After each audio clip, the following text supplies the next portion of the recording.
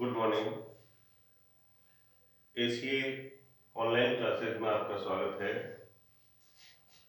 आज हम राष्ट्र निर्माण की जो चुनौतियां हमारा चैप्टर है पॉलिटिकल साइंस में, इसमें जो रियासतों का विलय हुआ था उनमें से मूल रूप से जो तीन रियासतें थी,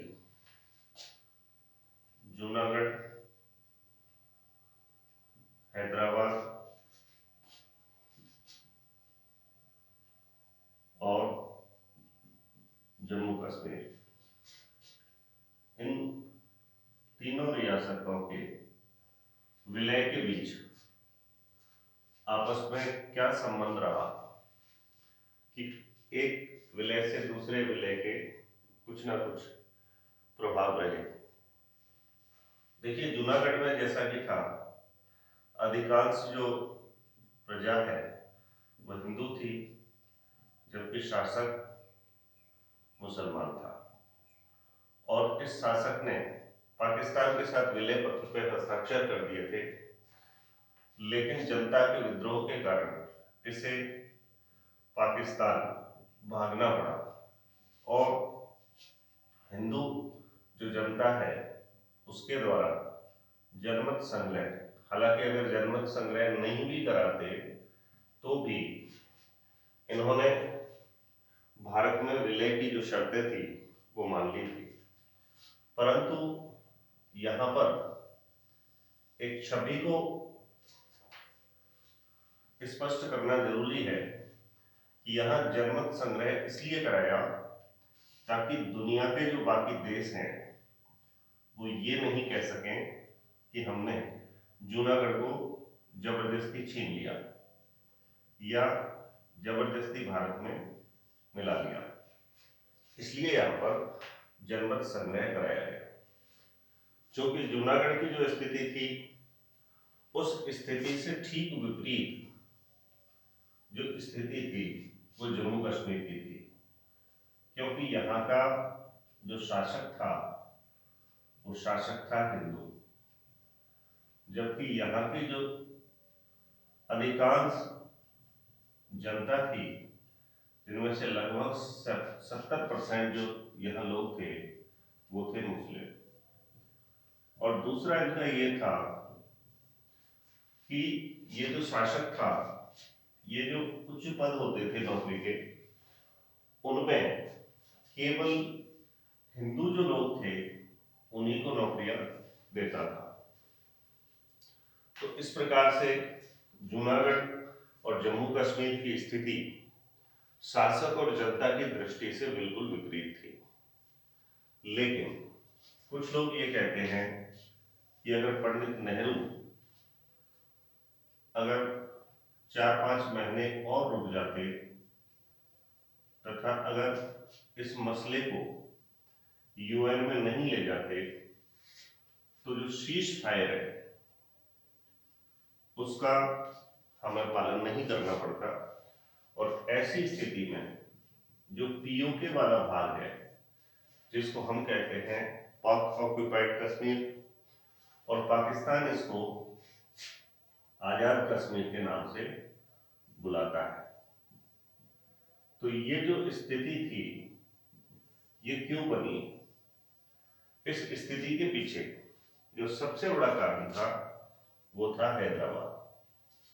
क्योंकि हैदराबाद रियासत में, जैसा कि आपको पता है, यहाँ पर स्टेंसिल एग्रीमेंट किया हुआ था 1 वर्ष के लिए।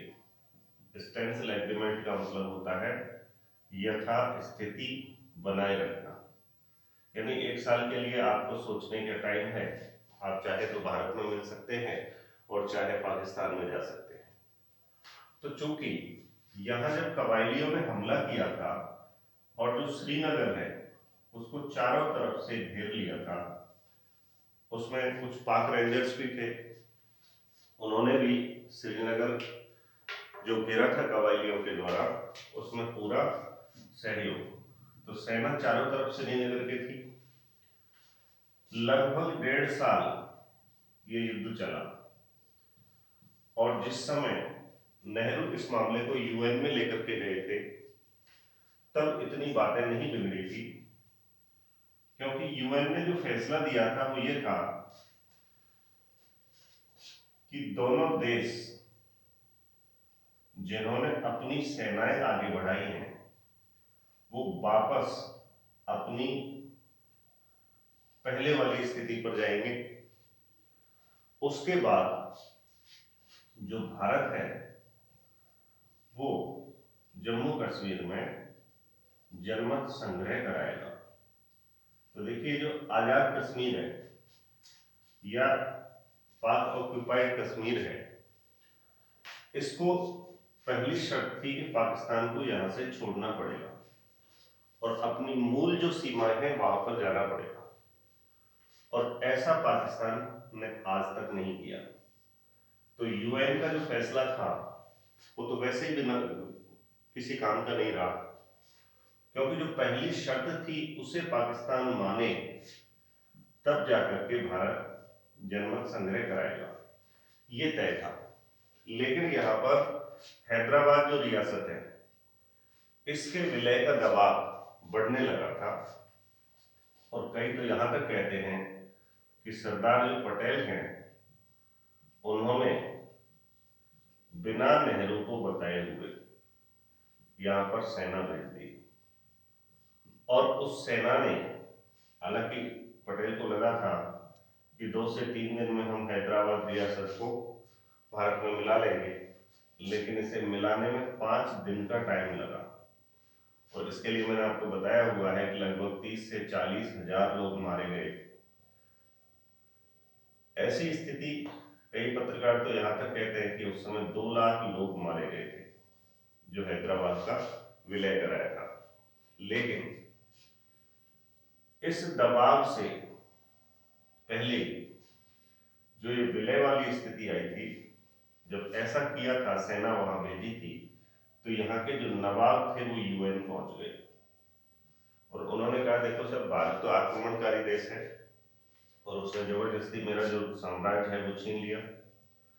जब पटेल से पूछा गया तो उन्होंने कहा था वो सेना नहीं थी, वो तो पुलिस थी, और वहां की जो व्यवस्थाएं हैं वो अराजक हो रही थी, इसलिए उनको कंट्रोल करने के लिए हमने सेना को नहीं भेजा, पुलिस को भेजा था। तो यूएन में वो बात कोई इतनी महत्वपूर्ण नहीं रही थी। लेकिन जो सरदार पटेल हैं और नेहरू हैं, इनके जो विचार हैं उनमें थोड़ा सा फर्क था। नेहरू ग्लोबल नेता बनना चाहते थे, और ऐसी स्थिति, और थे भी, ऐसी स्थिति में जो पटेल है वो, उनकी सोच अलग थी। पटेल ये सोचते थे कि पहले देश के अंदर की जितनी भी दिक्कतें हैं उनको निपटा लेते हैं, उनको खत्म कर लेते हैं, अंतर्राष्ट्रीय मामले बाद में देख लेंगे। लेकिन जो नेहरू थे इस मामले में बहुत ज्यादा सेंसिटिव थे। वो ये देखकर चलते थे कि कोई देश ये नहीं कहते कि भाई अभी अभी तो आजाद हुए हैं और अभी अंतर्राष्ट्रीय युद्ध लड़ने लग गए।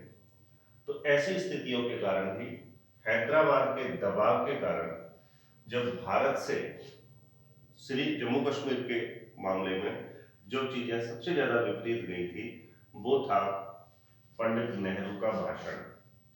उस भाषण में इन्होंने ये कह दिया था कि जम्मू और कश्मीर में हम जनमत संग्रह कराएंगे, और वही एक वाक्य ऐसा था जिसने यूएन के फैसले को भी बदल कर रख दिया।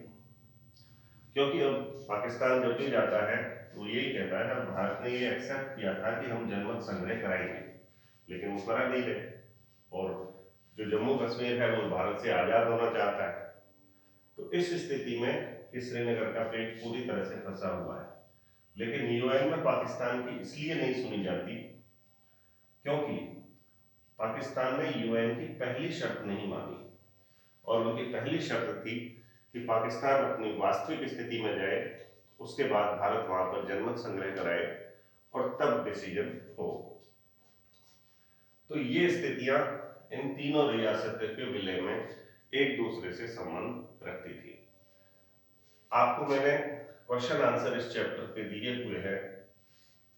इस चैप्टर के जितने भी क्वेश्चन आंसर है वो आपको सॉल्व करने हैं, और उसके बाद फेयर कॉपी में करके व्हाट्सएप पे अपलोड करने हैं, क्योंकि क्वेश्चन आंसर ज़्यादातर स्टूडेंट्स ने नहीं किए हुए।